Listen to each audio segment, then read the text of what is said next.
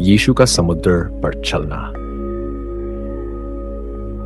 बहुत समय पहले की बात है।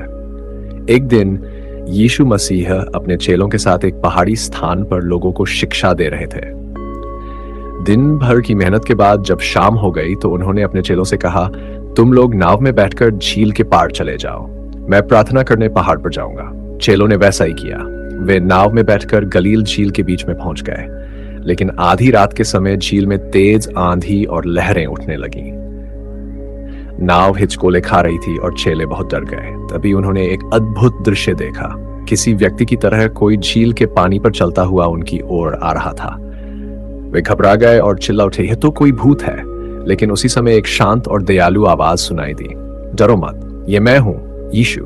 अब चेले आश्चर्य में पड़ गए। पतरस, जो यीशु का एक चेला था, बोला, प्रभु अगर आप ही हैं तो मुझे पानी पर चलकर आपके पास आने दीजिए। यीशु ने कहा, आजा। पतरस नाव से बाहर निकला और वह भी पानी पर चलने लगा। लेकिन जब उसने तेज हवा और लहरों को देखा तो डर गया और डूबने लगा।